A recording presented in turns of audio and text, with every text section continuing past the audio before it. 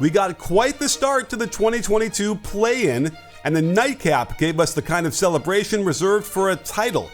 But we don't want to rain on the Timberwolves parade just yet. They were able to propel themselves to the 7th seed in the first round by hanging in there against a much more experienced team, and then taking control late with the combination of uncommon breakdowns by a normally well-coached team and the kind of grit and determination required to find success in the playoffs.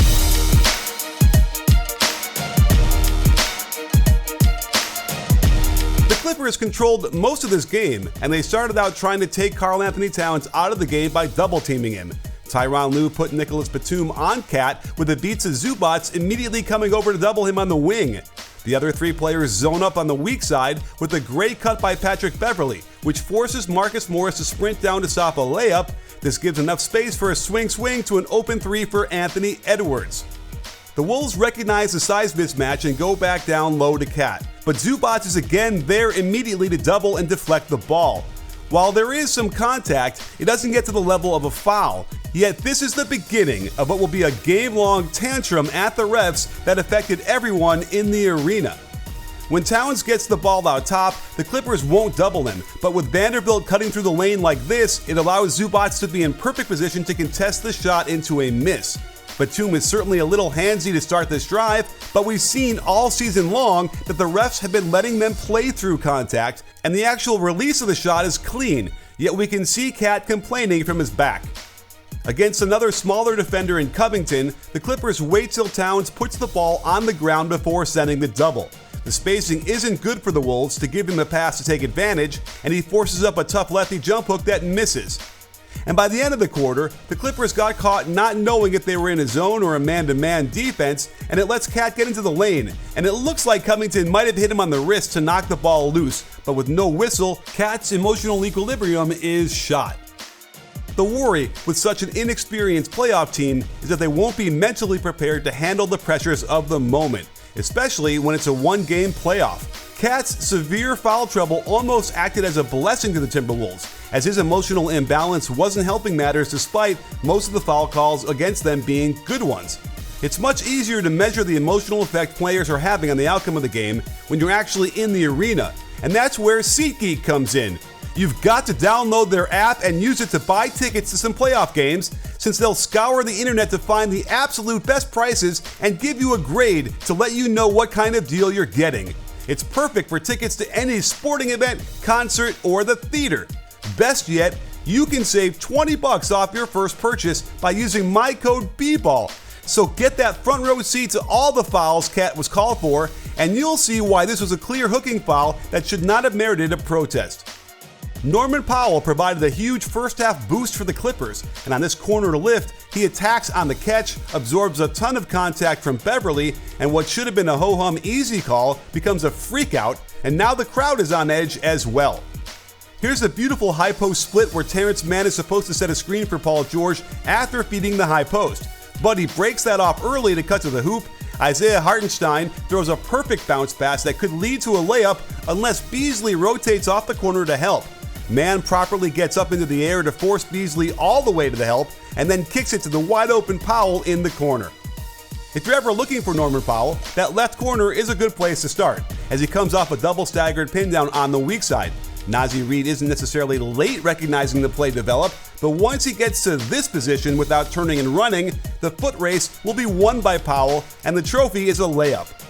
Now they run pistol action for Powell out of that left corner. Coming off a pin down first into a handoff, Beasley slips trying to keep up.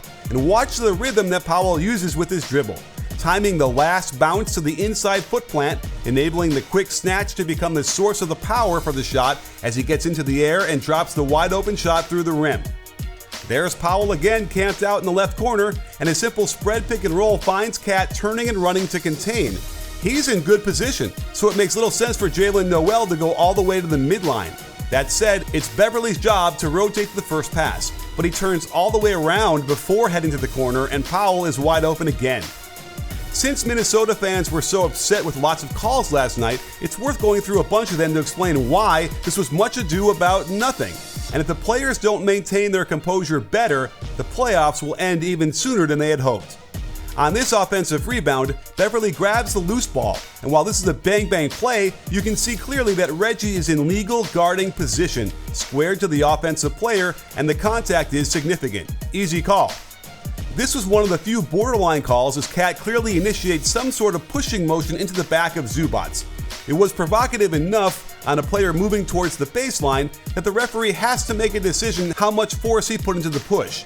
It doesn't look like Zubac is flopping here, so this is a pretty good call.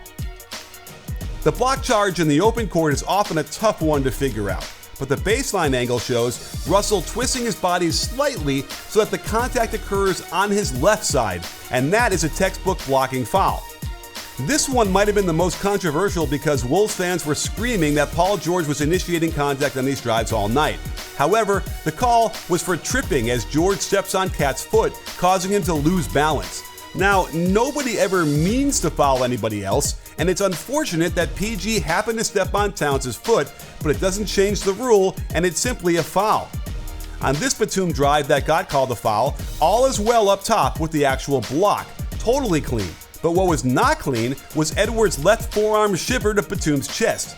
It's a provocative shove, and the idea Edwards would react this way to the whistle left him with little credibility and served to continue the emotional instability that was plaguing the Wolves throughout most of this game.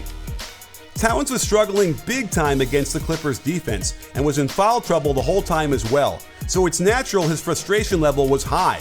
But to complain after what is so clearly a foul when he whacks Zubac on the arm like this serves no purpose other than to further ensure he will not play very well.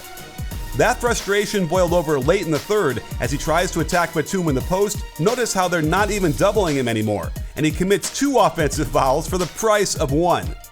On the next play down, Paul George goes strong to the hoop and draws a foul on Jaden McDaniels. And while the initial reaction by the crowd was somewhat muted, they erupted upon seeing the replay. However, you can see a lot of contact made by the defender to the side of George as he's driving to the hoop.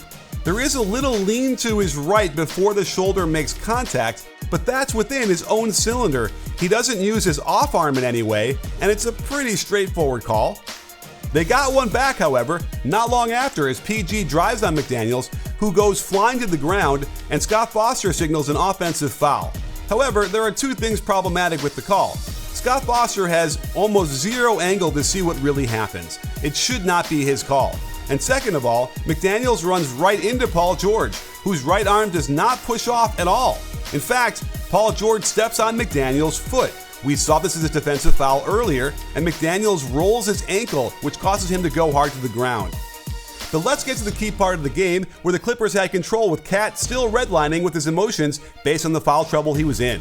With Cat knowing he's got 5 fouls, why he was anywhere near this rebound, I have no idea. And he clearly makes contact with George that sends him to the ground. However, this becomes a blessing. Cat was too amped up for this game, and it was holding everyone else back. As soon as he went to the bench, the whole demeanor of the team shifted, and it directly led to their comeback. If there was a team that had a beef with the refs, it probably was the Clippers. A 9-point lead here could have started to close the door for them, but Nazi Reed clearly kicks this ball intentionally. After all, who contests a shot and then lands like this? But instead of a layup for the Clippers, it's a fast break for the Wolves, and they get 1 free throw out of the foul on PG. The Clippers then clear out the left side for George to go to work on McDaniels. This almost works as he sucks 4 defenders to him in the lane. I don't know why he didn't make the easy pass to the wide open man in the corner, but it directly leads to a wild sequence where Reggie Jackson is forced to toss it up before the shot clock goes off, and they get another fast break. The basketball gods were shining on Minnesota as the loose ball is there before finding Beasley in the corner for a perfect rhythm 3.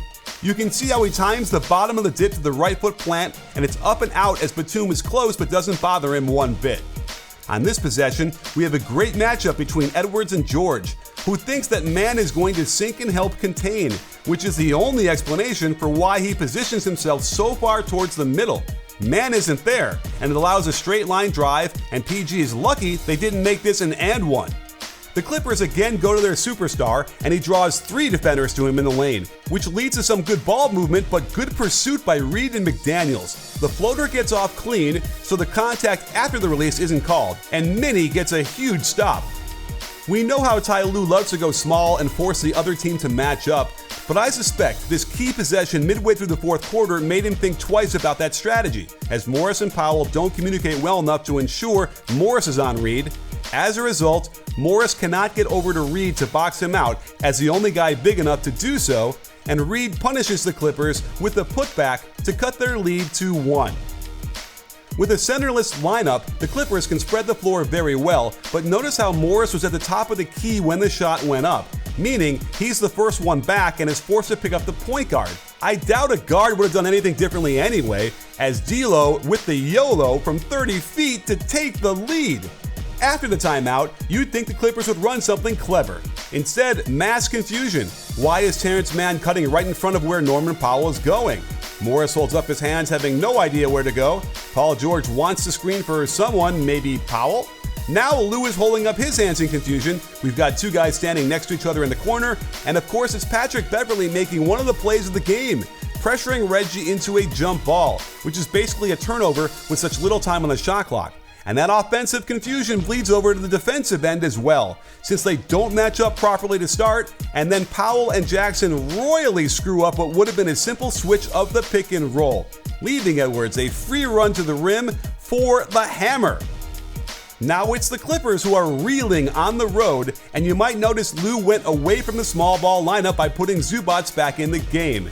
It's not the worst decision considering something had to be done to change the momentum. And on this possession, things worked. PG drives. Notice how 4 Minnesota defenders are in the paint, even though Reed was in fine position to contest the shot. This leads directly to the open Batum corner 3 to cut the lead to 1. But Anthony Edwards is firmly cementing himself as the offensive leader of this team. And out of Horns, with the double high post, they run a flare screen for him. He gets a sliver of daylight when George goes underneath, but then earns himself even more space with this audacious one-dribble jab step that gets PG to the elbow before rising up for the triple that just about ends this game early. We all know the Clippers want to go to PG, and he lines up for his bread and butter pin down on the right side. Watch what Beverley does. He jumps up to the elbow to make it impossible for him to be screened. In order for PG to run the play, he has to run right into Beverley, who can then deny the ball to him.